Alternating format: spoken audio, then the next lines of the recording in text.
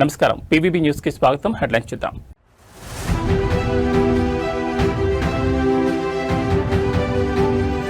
Municipal ఎన్నికల నామినేషన్ల పరిశీలన పూర్తి.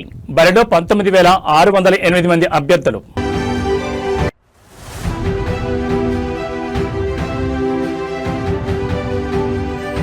నారా లోకేష్ పై అనుచిత వ్యాఖ్యలు చేసిన జోగి రమేష్. ఇబ్రహీంపట్నం పిఎస్లో కేసు నమోదు.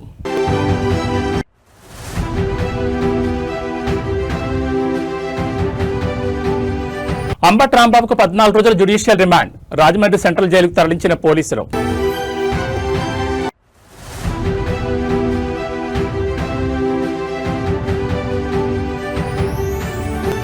సిట్ విచారణకు సహకరించాల్సిందే.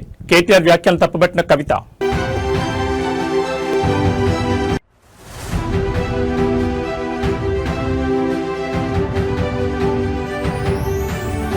పసిడి ప్రియులకు శుభవార్త.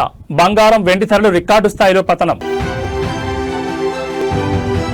ఇక డీటెయిల్స్ చూస్తే మున్సిపల్ ఎన్నికల ప్రక్రియ తెలంగాణ రాష్ట్రంలో వేగంగా కొనసాగుతోంది. ఇందులో భాగంగా 116 మున్సిపాలిటీలు, 7 మున్సిపల్ కార్పొరేషన్లోని 2,996 వార్డులకు సంబంధించి దాఖలైన నామినేషన్ల స్క్రూటినీని ప్రక్రియను ఎన్నికల అధికారులు విజయవంతంగా పూర్తి చేశారు. ఈ పరిశీలన అనంతరం ప్రస్తుతం రాష్ట్ర వ్యాప్తంగా వివిధ పార్టీలు, స్వతంత్రాల తరపున మొత్తం 19,608 మంది అభ్యర్థులు ఎన్నికల బరిలో నిలిచారు.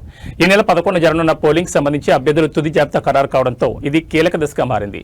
ఎన్నికల షెడ్యూల్ ప్రకారం పోటీ నుంచి తప్పుకోవాలనుకునే అభ్యర్థులకు ఈ నెల 3వ తేదీ వరకు నామినేషన్ల ఉపసంహరణకు అవకాశం కల్పించారు. ఉపసంహరణ గడువు ముగిసిన వెంటనే అదే రోజు సాయంత్రం బరిలో నిలిచే అభ్యర్థుల తుది వివరాలను, వారి జాబితాను రాష్ట్ర ఎన్నికల సంఘం అధికారికంగా ఆన్లైన్లో పొందుపరచనుంది. ఫిబ్రవరి 11 పోలింగ్ నిర్వహించి 13వ తేదీన ఓట్ల లెక్కింపు చేపట్టి ఫలితాలను వెల్లడించనున్నారు. కాగా ఈ మున్సిపల్ ఎన్నికల్లో భారీ విజయం సాధించాలని అధికార కాంగ్రెస్, ప్రతిపక్షంలోని బీఆర్ఎస్, బీజేపీ పార్టీలు తమ వ్యూహాలు కొనసాగిస్తున్నారు. ఈ మేరకు పోటీలో నిలిచే వారి సంఖ్య కూడా అధికంగా కనిపిస్తోంది.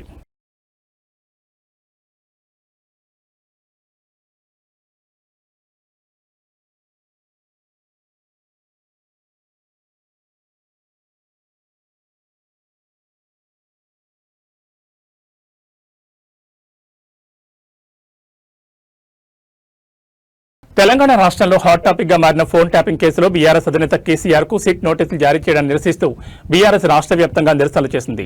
ఇందులో భాగంగా ఆదివారం ఉదయం ఖమ్మం, వరంగల్ హైవేపై మాజీ మంత్రి ఎర్రబెల్లి దయాకర్ ఆధ్వర్యంలో బీఆర్ఎస్ నేతలు ఆందోళన చేపట్టారు. ఈ క్రమంలో ముఖ్యమంత్రి రేవంత్ రెడ్డి దిష్టిబొమ్మను దహనం చేసే ప్రయత్నంలో పోలీసులతో వాగ్వాదం జరగడమే కాకుండా వారి విధులకు ఆటంకం కలిగించారనే ఆరోపణలు వెలువెత్తాయి. దీంతో మహబూబాబాద్ జిల్లా తొర్రూరు పోలీస్ స్టేషన్లో ఎర్రబెల్లి దయాకర్ సహా మరో 33 మందిపై బీఎన్ఎస్ సెక్షన్లు 189/2, 223, 126/2, 132, RW 190 కింద అధికారులు కేసులు నమోదు చేశారు. మున్సిపల్ ఎన్నికల నేపథ్యంలో అమల్లో ఉన్న మోడల్ కోడ్ ఆఫ్ కండక్ట్ ను ఉల్లంఘించి ముందస్తు అనుమతి లేకుండా నిరసనలు చేపట్టినందుకు ఈ చర్యలు తీసుకున్నట్లు పోలీసులు వెల్లడించారు. ఈ పరిణామం స్థానిక రాజకీయాల్లో మున్సిపల్ ఎన్నికల ప్రచారంలో తీవ్ర ఉత్కంఠను రేకెత్తించింది.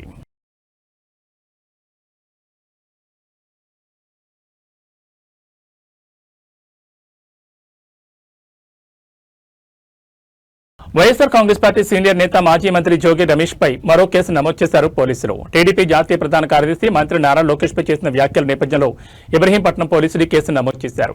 ఈ పరిణామాల మధ్య జోగి రమేష్ అజ్ఞాతంలోకి వెళ్లినట్లు సమాచారం. లోకేష్ తో పాటు టీడీపీ అధినేత చంద్రబాబు నాయుడుపై అనుచిత వ్యాఖ్యలు చేశారనే ఆరోపణలతో జోగి రమేష్ పై చర్యలు తీసుకునే అవకాశం ఉందని సమాచారం రావడంతో ఆయన్ను అరెస్ట్ చేయొచ్చనే అనుమానాలు వ్యక్తమవుతున్నాయి. ఇదే కారణంతో ఆయన ప్రస్తుతం పోలీసులకు అందుబాటులో లేకుండా ఉన్నట్టు తెలుస్తోంది. అదే సమయంలో జోగి రమేష్ నివాసంపై జరిగిన దాడి ఘటనపై కూడా పోలీసులు మరో కేసు నమోదు చేయనున్నట్లు సమాచారం. ఈ ఘటనలో టీడీపీ శ్రేణుల పాత్రపై విచారణ కొనసాగుతోంది. జోగి వ్యాఖ్యలు, ఆయన ఇంటిపై దాడి ఘటన, ఈ 2 అంశాలపై వేర్వేరు కేసులు నమోదు చేసేందుకు పోలీసులు సిద్దమవుతున్నట్టు తెలుస్తోంది. నిన్న రాత్రి తిరుపతి నుంచి విజయవాడకు వచ్చిన జోగి రమేష్ పరామర్శ నిమిత్తం వచ్చిన నందిగాం మాజీ ఎమ్మెల్యే మొండితోక జగన్మోహన్ రావుతో కలిసి రాత్రి సుమారు 1:30 సమయంలో తన నివాసం నుంచి వెళ్లిపోయినట్లు సమాచారం. ఆయనతో పాటు ఆయన తనయుడు రాజీవ్ కూడా వెళ్లినట్లు పోలీసులు గుర్తించారు. ఈ నేపథ్యంలో మాజీ మంత్రి జోగి రమేష్ అజ్ఞాతంలోకి వెళ్లారని పోలీసులు అనుమానిస్తున్నారు. ప్రస్తుతం ఆయన ఆచూకీ కోసం గాలింపు చర్యలు చేపట్టినట్టు తెలుస్తోంది. ఎన్టీఆర్ జిల్లాలో రాజకీయ ఉద్రిక్తతలు కొనసాగుతున్న వేళ ఈ కేసు రాష్ట్ర రాజకీయాల్లో మరింత చర్చకు దారితీస్తోంది. అరాచక ప్రభుత్వం నిన్నటి నుంచి ఏ విధంగా రాష్ట్రంలో వైఎస్ఆర్ కాంగ్రెస్ పార్టీ నాయకుల మీద, కుటుంబ సభ్యుల మీద, నివాసాల మీద ఏ విధంగా దాడి జరుగుతున్నాయో మీరు అందరూ కూడా సభ్య సమాజం మొత్తం కూడా చూస్తూ ఉన్నారు. ఇప్పుడు ఈ క్షణంలో ఇబ్రహీంపట్నంలో ఉన్న నా ఇంటి మీద చంద్రబాబు నాయుడు చంద్రబాబు నాయుడు కొడుకు లోకేష్ ఇద్దరు కూడా నా నివాసం మీద దాడి చేయడం కోసం, నా కుటుంబ సభ్యుల మీద దాడి చేయడం కోసం నన్ను ఏదైనా చేయాలి, కిరాతకంగా చేయాలి, రాక్షస ఆనందం పొందాలన్న ఉద్దేశంతో ఇప్పుడు దాడి జరుగుతున్న దృశ్యాలను మీరు మీడియా మిత్రులు అందరూ కూడా, రాష్ట్ర ప్రజలందరూ కూడా గమనిస్తున్నారు. 83 రోజులు అన్యాయంగా, అక్రమంగా ఒక ఫేక్ కేసులో చంద్రబాబు నాయుడు కొడుకు అన్యాయంగా ఇరికించి 83 రోజులు నన్ను జైల్లో పెట్టి నన్ను నా తమ్ముడిని రాక్షసానందం పొందారు. ఇది చాలేదా? ఇది చాలకపోగా పెట్రోల్ బాంబులు వేసి నన్ను నా కుటుంబాన్ని అంటే హతమార్చాలని చూస్తారా? ఏం చంద్రబాబు నాయుడు, ఏ లోకేష్, ఏంటి దుర్మార్గం? నన్ను అక్రమంగా 83 రోజులు నిర్బంధించింది చాలక, నన్ను నా తమ్ముడిని నా కొడుకును కూడా జైల్లో పెట్టింది చాలక ఒక మాజీ మంత్రి వైసీపీ సీనియర్ నాయకులు అంబటి రాంబాబు అరెస్టు వ్యవహారం ఏపీ రాజకీయాల్లో పెను సంచలనంగా మారింది. సీఎం చంద్రబాబు నాయుడుపై అనుచిత వ్యాఖ్యలు చేశారన్న ఆరోపణలపై గుంటూరు పోలీసులు ఆయన అరెస్ట్ చేశారు. ఈ క్రమంలో ఆయన కోర్టులో ఆదివారం హాజరుపరిచారు. అనంతరం ఇవాళ తెల్లవారుజామున రాజమండ్రి సెంట్రల్ జైలుకు రాంబాబును పోలీసులు తరలించారు. ఈ కేసును విచారించిన గుంటూరు ప్రత్యేక మొబైల్ కోర్టు అంబటి రాంబాబుకు 14 రోజుల జ్యుడిషియల్ రిమాండ్ విధించింది. ఈ నేపథ్యంలో భారీ పోలీస్ బందోబస్తు, ఎస్కార్ట్ నడుమ ప్రత్యేక వాహనంలో ఆయనను రాజమండ్రికి తరలించారు. సోమవారం ఉదయం సరిగ్గా 4:05 అంబటి రాంబాబును జైలు ప్రాంగణానికి తీసుకొచ్చారు. జైలు వద్ద ఇటువంటి అవాంఛనీయ సంఘటనలు జరగకుండా పోలీసులు ముందస్తుగా భారీగా బారికేడ్లను ఏర్పాటు చేసి భద్రతను కట్టుదిట్టం చేశారు. జైలు నిబంధనల ప్రకారం కఠినంగా వ్యవహరించిన అధికారులు అంబటి రాంబాబు కోసం కుటుంబ సభ్యులు పంపిన దుస్తులను సంచుల్లో పంపేందుకు సైతం అనుమతించలేదు. అంతకుముందు కోర్టులో తన గోడును వెళ్లబోసుకున్న అంబటి తనను పోలీసులు శారీరకంగా ఇబ్బంది పెట్టారని ఆవేదన వ్యక్తం చేశారు. ఏదేమైనా ఒకప్పటి మంత్రిని ఇలా అత్యంత వేగంగా రాజమండ్రి జైలుకు తరలించడం రాష్ట్ర వ్యాప్తంగా చర్చనీయాంశమైంది.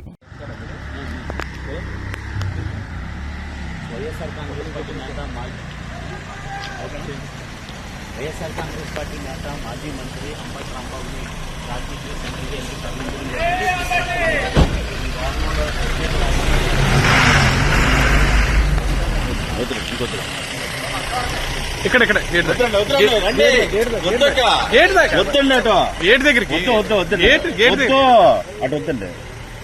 కొత్తగా అలవాటు చేయొద్దు.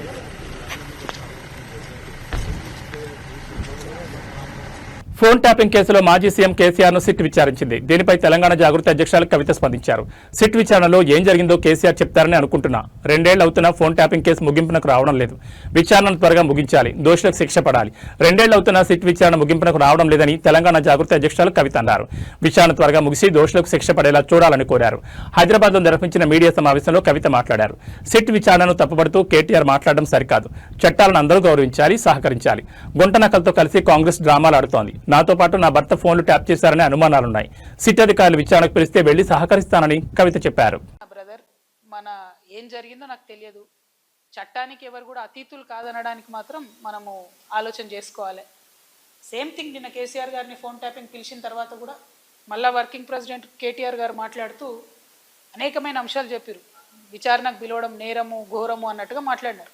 నేనేమంటున్నా, ప్రజా జీవితంలో ఉన్నప్పుడు అనేకమైన అంశాలు ఉంటాయి, వాటి కాన్సిక్వెన్సెస్ ఫేస్ చేయాల్సి వస్తుంది. సో ట్రాన్స్పరెంట్గా విచారణ కొనసాగడానికి అందరం కూడా సహకరించి ఈ అంశాన్ని ఎంత తొందరగా క్లోజ్ చేస్తే అంత మంచిది. Thank you.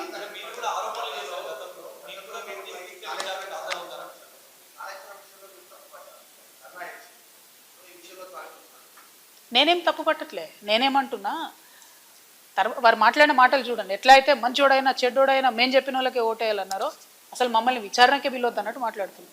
అసలు ఆ సిచ్యువేషన్ ఎందుకు వచ్చింది? ఇన్ని రోజులు పిలవలేదు కదా కేసీఆర్ గారిని విచారణకు.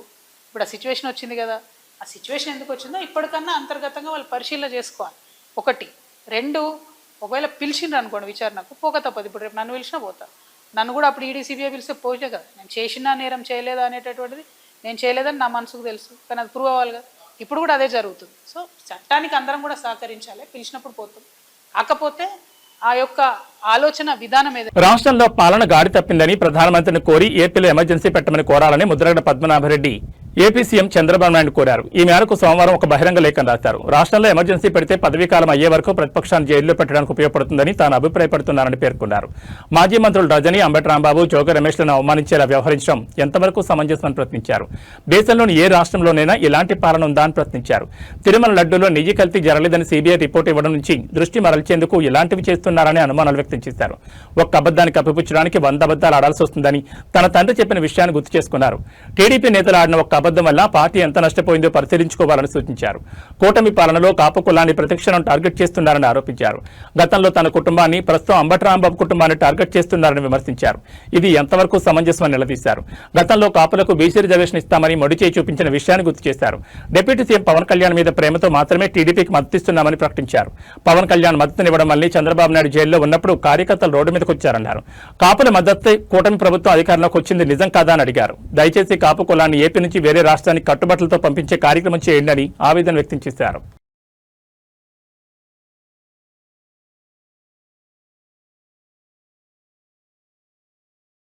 వేణవంకలో జరిగిన మినీ మేడారం జాతరకు వెళ్తున్న కౌశిక్ రెడ్డిని పోలీసులు అడ్డుకోవడంతో వాగ్వాదం జరిగింది. ఈ క్రమంలో ఆయన కరీంనగర్ సిపి గౌసాలం మతాన్ని ప్రస్తావిస్తూ అనుచిత వ్యాఖ్యలు చేశారనే ఆరోపణలు వచ్చాయి. సిపి ఒక తొరకోడు నీ సంగతి చూస్తానంటూ ఆయన చేసిన వ్యాఖ్యలు సామాజిక మాధ్యమాల్లో వైరల్ అయ్యాయి. నాంపల్లిలోని హెచ్ఆర్సీ కార్యాలయంలో ఫిర్యాదు చేసిన ఫహీం ఖురేషీ తన డిమాండ్లను స్పష్టం చేశారు. మత విద్వేషాలు రెచ్చగొట్టేలా మాట్లాడిన కౌశిక్ రెడ్డిని 24 గంటలలోపు బీఆర్ఎస్ పార్టీ నుంచి సస్పెండ్ చేయాలి. ఒక బాధ్యతాయుతమైన పదవిలో ఉండి అధికారుల మతాన్ని కించపరచడం రాజ్యాంగ విరుద్ధమని, ఆయనపై కఠిన చర్యలు తీసుకోవాలని కోరారు. సిబిపై వ్యక్తిగత దూషణలు, మతపరమైన వ్యాఖ్యలు చేసినందుకు పోలీసులు కౌశిక్ రెడ్డిపై పలు సెక్షన్ల కింద కేసు నమోదు చేశారు.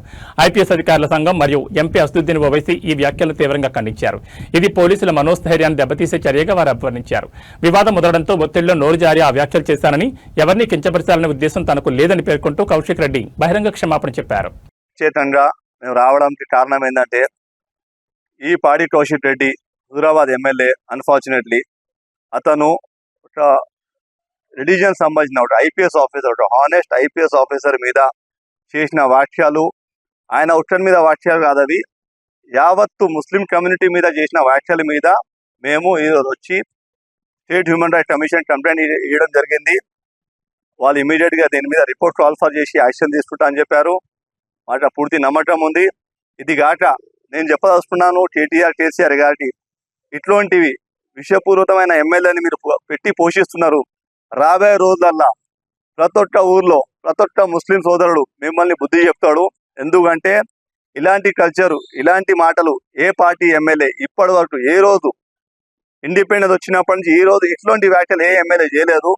ఈ రోజు వాని మతి స్థిమితం పోయి కౌశిక్ రెడ్డి ఆ మాటలు మాట్లాడము, దానికి కేటీఆర్ ఇప్పటివరకు రియాక్ట్ చేయకపోవడము, అతని ఎక్స్ప్లెనేషన్ ట్రాన్స్ఫర్ చేయడం కాక నేనేదో ట్విట్టర్లో మెసేజ్ పెడితే దాని పబ్లిక్ డొమైన్లో సోషల్ మీడియాలో నేను పెడితే నన్నే బ్లాక్ చేయడం జరిగింది కేటీఆర్ గారు. ఇంత విషయము ముస్లింల పట్ల ఆ పార్టీ ఎందుకు పెరుగుతుందో అర్థమైతలేదు. దానికి కారణం నాకు అనిపించేది ఏంటంటే ఈ రేవంత్ రెడ్డి గారి ప్రభుత్వంలో ఏదైతే ముస్లింలకి మంచి ఏదైతే స్కీమ్స్ చేస్తున్నారో, ఎలా అయితే సర్పంచ్ ఎలక్షన్లో ముస్లింస్ మమ్మల్ని పార్టీని ఆదరించారు, ఆ కోపంతోనే ఆ ద్వేషంతోనే ఈరోజు ముస్లింల పట్ల ఆ పార్టీ వైఖరి తెలిసిపోతుంది. సో నేను ఒకవేళ నేను చెప్పిన మాట తప్పు ఉంటే 24 గంటల్లో కౌశిక్ రెడ్డిని పార్టీని సస్పెండ్ చేయి, లేకపోతే నువ్వు ఆయన చెప్పిన స్టేట్మెంట్ ఎండాల్స్ చేసినట్టు నిరూపణ అవుతుంది. కేటీఆర్ గారు ఒకవేళ మీరు సెటిలర్ అనుకుంటారు, సెటిలర్ అని ఆలోచన ఉంటే మాత్రం మీరు ఆయనని తక్షణంగా సస్పెండ్ చేయాలా. ప్రతిసారి కేటీఆర్ గారు కూడా జూబ్లీస్ ఎలక్షన్లో కూడా ముస్లింని చాలా కిందపరిచినట్టు మాట్లాడాడు. ఖబ్రస్థాన్ విషయంలో చాలా ఇన్సల్ట్ చేసి మాట్లాడాడు. కానీ పబ్లిక్కి చాలా అర్థమవుతుంది. అందుకోసమే మాకు 25,000 ఓట్లు వేసి మీ సిట్టింగ్ సీటు మాకు ఇవ్వడం జరిగింది. అంటేనే ముస్లింలు మీ పట్ల ఏం ఆలోచిస్తున్నారో మీకు తెలిసిపోవాలి ఈ పార్టీ. ఎందుకంటే మీ హయాంలో ఎన్నైతే మసీదులు షహీద్ అయినాయో, ఎన్నైతే సెటిల్డ్ మసీద్ మీరు ఎంతైతే నష్టం చేశారో పబ్లిక్ ముస్లింస్ అన్ని గమనిస్తున్నారు. మీరు మీ తెలివి మానేసుకొని మీరు మా మీద కోపం తగ్గించుకొని ఆంధ్రప్రదేశ్ రాష్ట్ర వ్యాప్తంగా ఉన్న విద్యుత్ మీటర్ రీడర్స్ తమ ఉపాధి భద్రత కోసం విజయవాడలో భారీ ఎత్తున ధర్నా చేపట్టారు.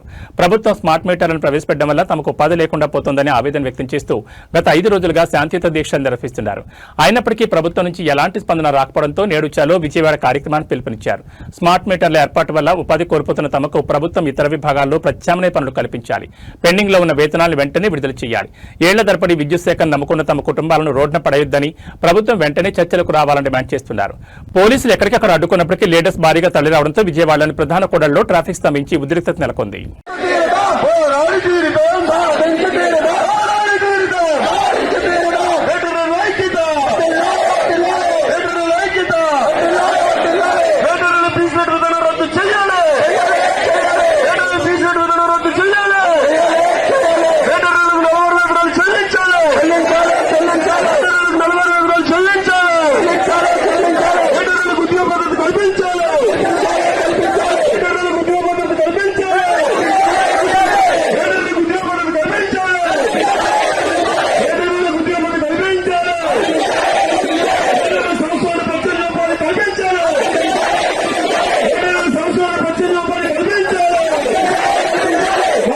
నిర్మల్ జిల్లాను చిరుతపురుల సంచారం భయపెడుతోంది. ఒకే రోజు 2 చిరుతల జనం కంటపడడంతో ఆ భయం రెట్టింపైంది.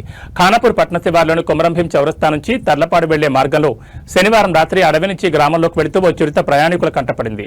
తర్లపాడు నుంచి ఖానాపూర్ వైపు వెళుతున్న ఓ ప్రయాణికుడు కారులో నుంచి రోడ్డు దాటుతున్న చిరుతను తన సెల్ ఫోన్లో బంధించారు. ఈ ఘటన జరిగిన కొద్ది నిమిషాల్లో ఖానాపూర్ మండలంలోని దివాల్పూర్ శివార్లోని బొక్కలకోట సమీపంలోని ఓ పంట పొలంలో మరో చిరుతపులి సంచరించడం కలకలం రేపింది. పంట చేనులో రైతు ఏర్పాటు చేసుకున్న సీసీ కెమెరాలో చిరుత పులి కదలికలు రికార్డయ్యాయి. అది గుర్తించిన రైతు అటవీశాఖ అధికారులకు సమాచారం అందించారు. మండలంలో ఒకే రోజు 2 చిరుతలు కెమెరా చిక్కడంతో సోషల్ మీడియాలో ఈ వీడియోలు వైరల్ గా మారాయి. చిరుతల సంచారం ఘటనతో అటవీశాఖ అప్రమత్తమైంది. దీంతో ఖానాపూర్ మండలం సమీప ప్రాంతాల ప్రజలను తర్లపాడు దివాల్పూర్ గ్రామాల రైతులు ప్రజలకు హెచ్చరికలు జారీ చేసింది అటవీశాఖ. తాజాగా సాగిన జంతు గణనలో గణనీయంగా చిరుతల సంఖ్య పెరిగినట్లు సమాచారం. పెంబి అడవి ప్రాంతాల్లో మాంసాహార జంతువుల సంఖ్య రెట్టింపైనట్లు అటవీశాఖ ప్రాథమికంగా గుర్తించింది.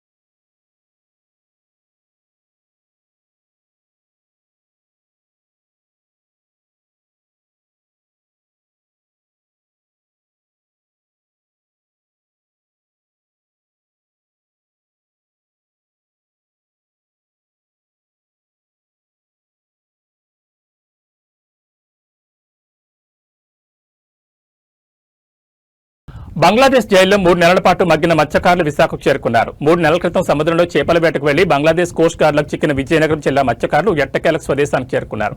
బంగ్లాదేశ్ జైల్లో నిర్బంధంలో ఉన్న 9 మంది మత్స్యకారులు విడుదలై 3 రోజుల క్రితం విశాఖ షిప్పింగ్ హార్బర్కు చేరుకున్నారు. భారత ప్రభుత్వ చొరవతో పాటు దౌత్యపరమైన ప్రయత్నాల ఫలితంగా మత్స్యకారులు 3 నెలల్లోనే బంగ్లాదేశ్ జైలు నుంచి విడుదలయ్యారు. స్వదేశానికి చేరుకున్న మత్స్యకారులను చూసి వారి కుటుంబ సభ్యులు భావోద్వేగానికి గురయ్యారు. ఇక విశాఖ ఫిషింగ్ హార్బర్ వద్ద మత్స్యకారుల అసోసియేషన్ నాయకులు కుటుంబ సభ్యులు ఘనంగా స్వాగతం పలికారు. కొడుకులు భర్తలు క్షేమంగా తిరిగి రావడంతో కుటుంబాల్లో ఆనందం వెలివిరిసింది. ఈ సందర్భంగా పలువురు మత్స్యకారులు భారత ప్రభుత్వానికి అధికారులకు కృతజ్ఞతలు తెలిపారు. సరిహద్దు సముద్ర ప్రాంతంలో చేపల వేటకు వెళ్లే సమయంలో జాగ్రత్తలు తీసుకోవాలని, ఇలాంటి ఘటనలు పునరావృతం కాకుండా తగిన చర్యలు చేపట్టాలని మత్స్యకార సంఘం నాయకులు కోరారు. ఈ సంఘటనతో మత్స్యకారుల కుటుంబాలు ఊపిరి పీల్చుకున్నాయి.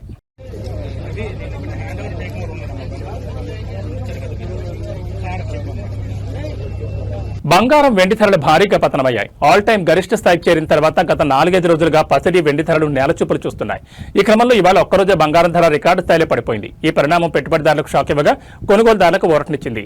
ఈ రోజు ఉదయం హైదరాబాద్ మార్కెట్లో 24 క్యారెట్ల 10 గ్రాముల బంగారం ధర ఏకంగా 9,050 రూపాయలు తగ్గి 1,51,530కి చేరింది. అలాగే 22 క్యారెట్ల తులం బంగారం ధర 8,300 తగ్గి 1,38,900 వద్ద ట్రేడ్ అవుతోంది. దేశ రాజధాని ఢిల్లీలో కూడా దాదాపు ఇదే పరిస్థితి కొనసాగుతోంది. అక్కడ 24 క్యారెట్ల పసిడి ధర 1,51,680గా నమోదైంది. బంగారం బాటలోని వెండి కూడా పయనిస్తోంది. కిలో వెండి ధర నిన్నటితో పోలిస్తే ఏకంగా 50,000 పతనమైంది. ప్రస్తుతం హైదరాబాద్, ఢిల్లీ మార్కెట్లలో కిలో వెండి ధర 3 లక్షలు అవుతుంది. కొద్ది రోజుల క్రితం కిలో వెండి ధర 4,25,000 వరకు చేరడం గమనార్హం. ఇటీవల రికార్డు గరిష్టాలకు చేరడంతో పెట్టుబడిదారులు భారీ ఎత్తున లాభాల సేకరణకు మొగ్గు చూపడమే ఈ పతనానికి ప్రధాన కారణంగా బులియన్ మార్కెట్ నిపుణులు విశ్లేషిస్తున్నారు. ఈ ధరల పతనం పెట్టుబడిదారులను ఆందోళన గురిచేస్తుండగా కొనుగోలు చేయాలనుకునే వారికి ఊరటనిస్తోంది.